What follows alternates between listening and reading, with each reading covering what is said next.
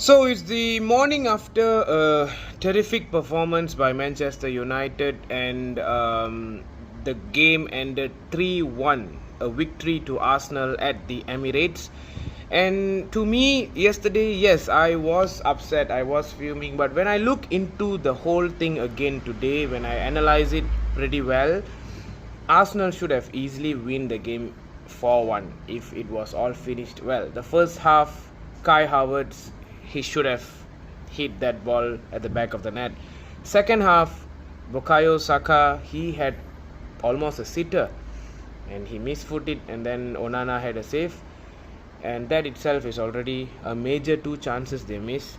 And then that Declan Rice and then Gabriel Jesus and all that would have made it about 4-5-1 to Man United. What I'm going to talk about now is that at the start of the season I was saying that Arsenal are the title contenders this season, but the way that Arsenal played yesterday, it was quite poor, to be honest. And I don't know how many Arsenal fans will agree with me, but this is not the performance that I have seen Arsenal playing for the past year. And the way that they have played last year was superb. And then to see them performing yesterday, it felt a bit odd, because I expected Arsenal to win the game. I have no doubts in that. But it's that biasness of that United soul in me which just gave hope to my team that we can do something. But let's talk about Arsenal first. Look at their purchase. They are a team who dominates in the midfield. For me, their defense side, it's still a bit shaky, and I still feel Ramsdale is not up to par at the moment. But it's their midfield who is really dominating. Even though Kai Havertz is not up to his game, the moment Thomas Partey comes back, these three midfield of Declan Rice, Thomas Partey and Odegaard is going to dominate teams around Europe, definitely. And with the likes of their attackers as well, Saka and Martinelli, together with Gabriel Jesus and also Eddie Nketiah, it's perfect, right? So to me, I think Arsenal, they somehow, I could say it's still a luck that they got a goal at the very last minute of the game. But a win is a win, alright? So that Declan Rice finish is something where we have to question as well. But I'll come to that. Now let's move to the United side. United side is just horrible, man. I have to just say that defensive side, I will appreciate Aaron Wan-Bissaka and Diogo Dalot. These two guys have been amazing yesterday. And Saka was kept quiet. Saka, a player who, to me, I rate him as one of the best right wingers in the Premier League, even in Europe at the moment. Dalot did not give him a chance, and Dalot being a right back, playing as a left back, and the way he played yesterday is awesome. He is my man of the match yesterday. The way he performed was beautiful. At the other side, Aaron Wan-Bissaka and Gabriel Martinelli, what a competition. One is with his speed, his pace and his skills, while the other one is with his tackling abilities and stopping up Martinelli from moving. It was a pleasant thing to watch. The disappointing part is when we have two centre backs who are injured at the moment, and we have replaced them with Harry Maguire and 35-year-old Johnny Evans. This is where the problem starts.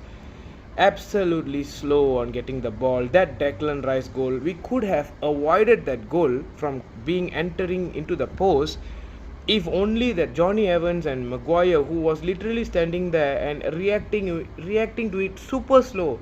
And you can even see the moment Maguire came in, Onana, he could not play the way he was playing when Martinez was there with Lindelof. And I also have to question the manager, why did you remove Lindelof? I understand he's on a yellow. You saw last week Trent Alexander-Arnold, he got a yellow card in within 10 to 20 minutes of the game, and he still played throughout the game, and Liverpool managed to win the game. Why are we removing Lindelof? I believe he should have stayed in the pitch. If Lindelof was there, probably it would have ended 1-1, and that would have been a good result for us. And yeah, midfield, There's no midfield. There's no midfield yesterday in United.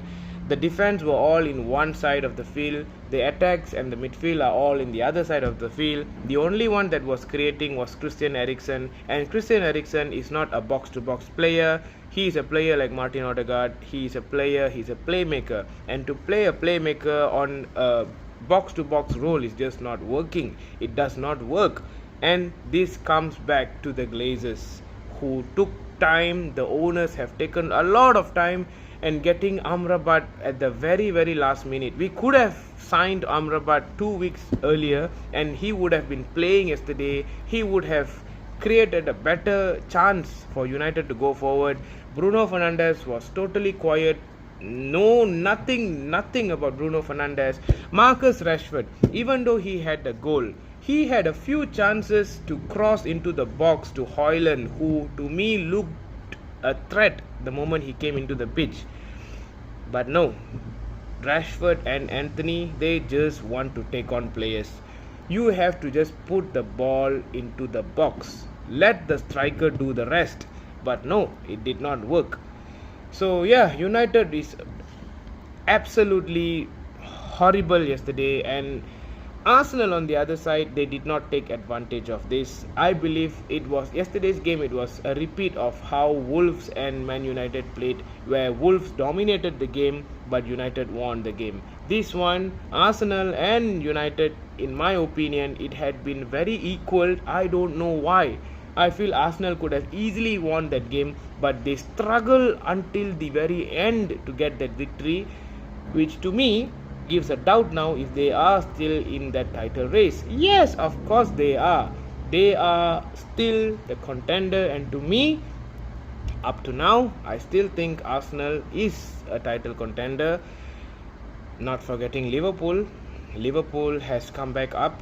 Kudos to Jurgen Klopp. I believe he is the manager of the month this month. Yeah, he should be receiving superb performance. But let's come back here. Arsenal and United. The way that United lost just tear me apart. If we would have lost that game and that penalty was given and then we lost that game, that would have been easier to accept. But the way that we have lost, to concede in the very last minute of the game, and people here, especially United fans, talking about Garnacho's offside. It is an offside. I did check. It is an offside. The angle that was showed to us looked to be on. It's off. At the same time, Arsenal fans, that is not a penalty. Kai Havertz, he dived, so that's not a penalty to me. And yeah, that's about it. Disappointed going into the international break. At least United fans, we have 2 weeks of peace before we meet Brighton Hove Albion.